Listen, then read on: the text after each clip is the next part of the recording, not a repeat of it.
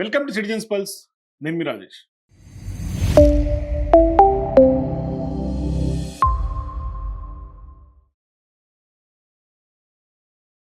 మన తెలంగాణ రాష్ట్రానికి ముఖ్యమంత్రి ఎవరు? సీఎం రేవంత్ రెడ్డి గారా? నారా చంద్రబాబు నాయుడు గారు?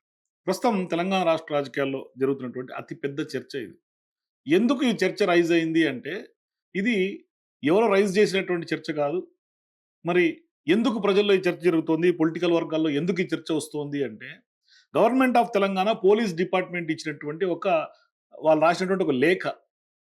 స్పేస్ ఏదైతే ట్విట్టర్ హ్యాండిల్స్ ఉంటాయో, ఆ ట్విట్టర్ కార్పొరేషన్ ఏదైతే బాస్ట్రాప్‌లో ఉంటుందో, ఆ యొక్క కార్పొరేషన్‌కి, ఎక్స్‌కి ఒక లేఖ రాసింది తెలంగాణ పోలీస్ డిపార్ట్మెంట్.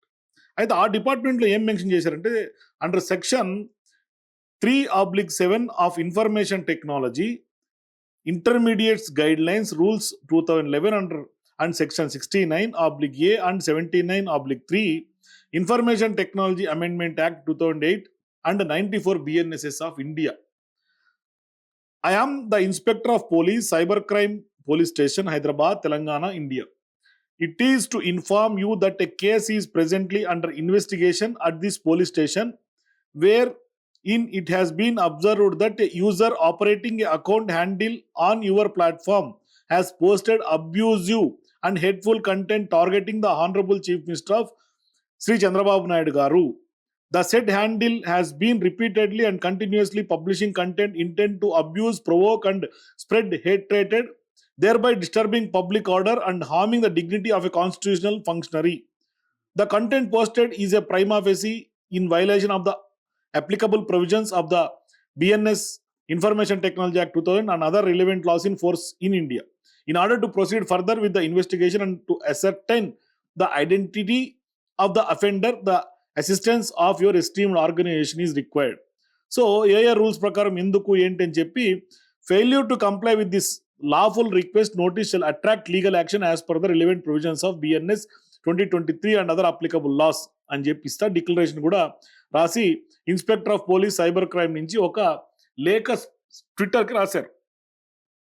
అయితే ఇక్కడ ప్రధానంగా అబ్జెక్షనబుల్ కంటెంట్ ఈ లేఖలో ఏముంది, ఎందుకు చర్చ జరుగుతోంది అంటే, ఇక్కడ ప్రధానంగా చాలా మంది రాజకీయ వర్గాల్లో వాళ్ళందరూ అనుకుంటారు, గవర్నమెంట్ ఆఫ్ తెలంగాణ నుంచి లేఖ రాసినప్పుడు ఇక్కడ గవర్నమెంట్లో ఉన్నటువంటి సీఎంగా ఉన్నటువంటి రేవంత్ రెడ్డి గారు అయినప్పుడు నారా చంద్రబాబు నాయుడు గారి పేరు కనీసమైన చీఫ్ మినిస్టర్ ఆఫ్ ఆంధ్రప్రదేశ్ అని కూడా ఎందుకు మెన్షన్ చేయలేకుండా యాస్టీస్గా ట్విట్టర్కి దీన్ని పంపించారు అని. అయితే మీరు పోలీస్ డిపార్ట్మెంట్ వాళ్ళు అత్యుత్సాహంగా ఇప్పుడు స్వామి భక్తి చాటుకోవటంలో ఏమన్నా ముందున్నారా? సరే, ఏదైనా డిరిగేటరీ స్టేట్మెంట్స్ లేదంటే కనుక కించపరిచే వ్యాఖ్యలు చేసినప్పుడు ఆ యొక్క పోస్ట్ స్పెసిఫిక్గా మెన్షన్ చేసి చేయొచ్చు. కానీ అటువంటిది ఏమీ ఇక్కడ మనకు పంపించినటువంటి, అంటే మనకు వచ్చినటువంటి లేఖలో లేదు. అంటే ఇక్కడ ప్రధానంగా ఏంటంటే, చంద్రబాబు నాయుడు గారు అంటే ఆంధ్రప్రదేశ్ చీఫ్ మినిస్టర్, మరి ఆయన పేరుకు ఆంధ్రప్రదేశ్ చీఫ్ మినిస్టర్ పెట్టకుండా కేవలం చర్యలు తీసుకుంటాము, కేసులు పెట్టుకుంటాము అని సిసిఎస్ పోలీసుల నుంచి రాసినటువంటి లేఖ ప్రస్తుతం తీవ్రమైనటువంటి దుమారం రేపుతోంది. అంటే ఒక రకంగా మరి సీఎంగా రేవంత్ రెడ్డి గారు ఉన్నప్పుడు, లేదంటే పక్క రాష్ట్రంలో చంద్రబాబు నాయుడు గారికి సంబంధించినటువంటి వ్యవహారం ఉన్నప్పుడు, అక్కడ కూడా వాళ్ళకు ఒక పోలీస్ డిపార్ట్మెంట్ ఉంటుంది, అక్కడ డీజీపీ గారు ఉంటారు, అక్కడ సిసిఎస్ ఉంటుంది. వాళ్ళు ఎక్స్కి రాసుకోవచ్చు లెటర్, దానికేం అబ్జెక్షన్ లేదు. వాళ్ళు ఇప్పటికే చాలా కేసులు సోషల్ మీడియాకి సంబంధించినటువంటి పోస్టులు పెడుతున్నటువంటి వాళ్ళ మీద పెట్టారు, కొన్ని అరెస్టులు జరిగినాయి, తెలంగాణలో కూడా జరిగినాయి అనుకుంటుంది అఫ్ కోర్స్. కాకపోతే తెలంగాణలో జరుగుతున్నటువంటి యాక్టివిటీస్ మీద హైకోర్టు, సుప్రీంకోర్టులకు కూడా వెళ్తే రీసెంట్గా కూడా ఒక ఆర్డర్ కాపీ వచ్చింది, కొన్ని గైడ్ లైన్ స్పెసిఫికేషన్స్ వచ్చినాయి, నేను చెప్తాను డీటెయిల్డ్గా. అయితే ఇప్పుడు ప్రధానంగా బక్కా జడ్సన్ గారు ఎవరైతే ఉన్నారో, ఆయన రేపు డీజీపీ ఆఫీస్ దగ్గర పెద్ద ఎత్తున బైఠాయిస్తాను, డీజీపీ గారి దగ్గర నేను తేల్చుకుంటాను అంటున్నారు ఆయన. ఎందుకు? ఈ వ్యవహారం మీదే. అంటే తెలంగాణలో ఎన్నుకున్నటువంటి సీఎం రేవంత్ రెడ్డి గారు ఉన్నప్పుడు మీరు రేవంత్ రెడ్డి గారికి సంబంధించి అయితే ఇక్కడ పోలీసులు యాక్షన్ తీసుకుంటే అర్థం ఉంది. కానీ చంద్రబాబు నాయుడు గారి పేరు మెన్షన్ చేసినప్పుడు అయితే ఆంధ్రప్రదేశ్ అని మెన్షన్ చేయాలా? లేదు, మేము ఇండియాలో ఉన్నటువంటి అందరు సీఎంలకు సంబంధించినటువంటి ఎవరు డెరిగేటరీ పోస్టులు పెట్టినా కూడా మేము యాక్షన్ తీసుకుంటామనే వ్యవహారంలో సిసిఎస్ నుంచి లేఖ రాయాలా? ఇన్ కేస్ పోలీసు డిపార్ట్మెంట్ కనుక ఈ యొక్క నోటీస్నో, ఆర్డర్నో, లేదంటే లెటర్నో మీరు సరిచేయకపోతే ఖచ్చితంగా నేను హైకోర్టునైనా ఆశ్రయిస్తాను, నేను రేపు డీజీపీ ఆఫీస్ ముంగట కూర్చుంటా అని బక్కా జడ్సన్ గారు చెప్తూ ఉన్నారు. ఒకసారి జడ్సన్ గారు ఏమంటారు వినండి. దీని ఒక రెండు సవరణ నేను అడుగుతున్నా. పెడితే అందరు ముఖ్యమంత్రులకు పెట్టు, లేకుంటే ఇది ఈ కంప్లైంట్ వాపస్ తీసేసుకో. నేను ఒకదాన్ని పెట్టేదాన్ని మాత్రం నేను ఒప్పుకోండి. నేను దీన్ని రేపు నా డీజీపీ ఆఫీస్లో బాజాబ్తా బైఠాయిస్తా, దాని ముందు కూర్చుంటా, ఎట్లా తీసిండో చెప్తా. రాష్ట్రానికి ముఖ్యమంత్రి ఎవడు అని అడుగుతా, తెలంగాణ పోలీసుకు జీతం ఎవడిస్తుండో చెప్పాలి నాకు. ఏపీ గవర్నమెంట్ చంద్రబాబు నాయుడు ఇస్తుందా, తెలుగు ఎన్టీఆర్ ట్రస్ట్ భవన్కి వెళ్ళి వస్తుందా, లేకుంటే తెలంగాణ ప్రజల ఖజానా రక్త మాంసాల చెమట నుండి వస్తుందా, ఎక్కడికి వెళ్ళి వస్తుంది చెప్పాలి రేపు. అంత ఈజీగా నేనే మొదల విన్నారు కదా జడ్సన్ గారు ఏమన్నారు క్లియర్గా. సో ఇప్పుడు నేను ఎందుకు ఇందాక తెలంగాణకు సంబంధించినటువంటి సోషల్ మీడియా పోస్టుల గురించి మాట్లాడానంటే, ఈ మధ్యకాలంలో తెలంగాణలో నల్లబాలు ఎవరైతే ఉద్యమకారులు గతంలో నుంచి కూడా ఉన్నారో ఆయనకు సంబంధించినటువంటి వ్యవహారం తీవ్రస్థాయిలో పోలీసులు అత్యుత్సాహం మెన్షన్ చేస్తే, దాని మీద సుప్రీంకోర్టు ఏదైతే హైకోర్టు ఆర్డర్ ఇచ్చిందో అదే హైకోర్టు ఆర్డర్ని సుప్రీంకోర్టు కూడా కొంత సపోర్ట్ చేస్తా ఆయన కొన్ని అంటే జనరల్గా కూడా సోషల్ మీడియాకి సంబంధించినటువంటి పోస్టుల మీద కొన్ని సుప్రీంకోర్టు గైడ్ లైన్స్ ఇచ్చింది. స్టేట్ ఆఫ్ తెలంగాణ అండ్ నల్లబాలుకు సంబంధించినటువంటి కేసులు, నల్లబాలు వర్సెస్ తెలంగాణ ప్రభుత్వ తీర్పును ఆ వ్యవహారాన్ని కొంత ఊటంకిస్తా ప్రస్తావిస్తే, ఇప్పుడు కర్ణాటక డీజీపీ కూడా అక్కడ ఉన్నటువంటి పోలీస్ అధికారులకి ఒక అంటే ఇష్యూ చేశారు. సాలిం, ఎంఏ సాలిం అని ఆయన director general DGP of Karnataka, ఆయన ఇప్పుడు లెటర్ ఇచ్చారు. సర్క్యులర్ ఏమని ఇచ్చారంటే, guide lines for registration of FIRs in cases arising out of social media posts. అంటే సోషల్ మీడియా పోస్టుల్లో పెట్టినంత మాత్రం ఎడాపెడగా కేసులు పెట్టడానికి లేదు, ఖచ్చితంగా ప్రిలిమినరీ ఇన్వెస్టిగేషన్ చేసి అక్కడ ఉద్దేశాలు ఏంటని కూడా ఒక ధృవీకరణకు వచ్చిన తర్వాత మాత్రమే పోలీస్ డిపార్ట్మెంట్ వాళ్ళు కేసులు కట్టాలి, ఎఫ్ఐఆర్లు చేయాలి. లేదు అంటే ఎఫ్ఐఆర్లు చేయడానికి వీలు లేదు. అంటే భావ వ్యక్తీకరణ స్వేచ్ఛలో భాగంగా రాజ్యాంగంలో కల్పించినటువంటి భావ వ్యక్తీకరణ లాగా మనం ఏ ఒక్క వ్యాఖ్య చేసినా కూడా ఇక అది అవతల ఐడెంటిటీని భంగం కలిగిస్తుంది, లేదంటే వాళ్ళ ప్రతిష్ట దెబ్బతీస్తుంది అనే వ్యవహారంలో కేసులు పెట్టడానికి వీలు లేదు అనే అంశాలు కొన్ని సుప్రీంకోర్టు ఇచ్చినటువంటి గైడ్ లైన్స్ని కూడా ఇప్పుడు అక్కడ మెన్షన్ చేయడం జరిగింది.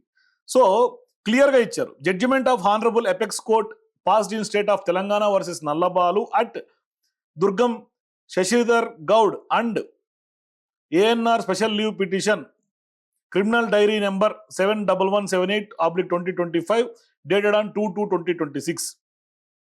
వాళ్ళు ఏమిచ్చారు డీజీపీ కర్ణాటక అంటే, it has been observed that the police officers are registering the case related to the social media post mechanically without undertaking preliminary enquiries as stipulated by the honourable supreme court of India in Imran Pratagati versus State of Gujarat, criminal appeal number 1545/2025 dated 4/7/2025 in this regard.